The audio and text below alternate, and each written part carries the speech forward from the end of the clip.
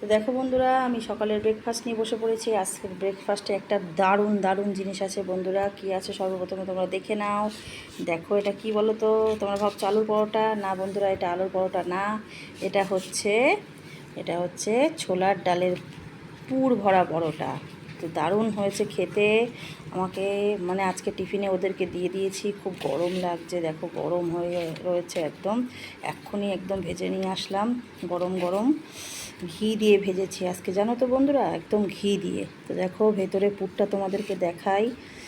এই দেখো, এটা হচ্ছে পুর দেখো, দেখতে পাচ্ছ বন্ধুরা?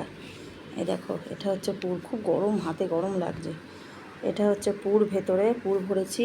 আর সঙ্গে দেখো চাটনি করেছি, লঙ্কা, ধনেপাতা আর 2-3 কোয়া রসুন দিয়ে, নুন দিয়ে সুন্দর করে একটা চাটনি বানিয়েছি। আর সঙ্গে নিয়েছি আমার ফেভারিট জিনিস, তোমরা তো জানোই,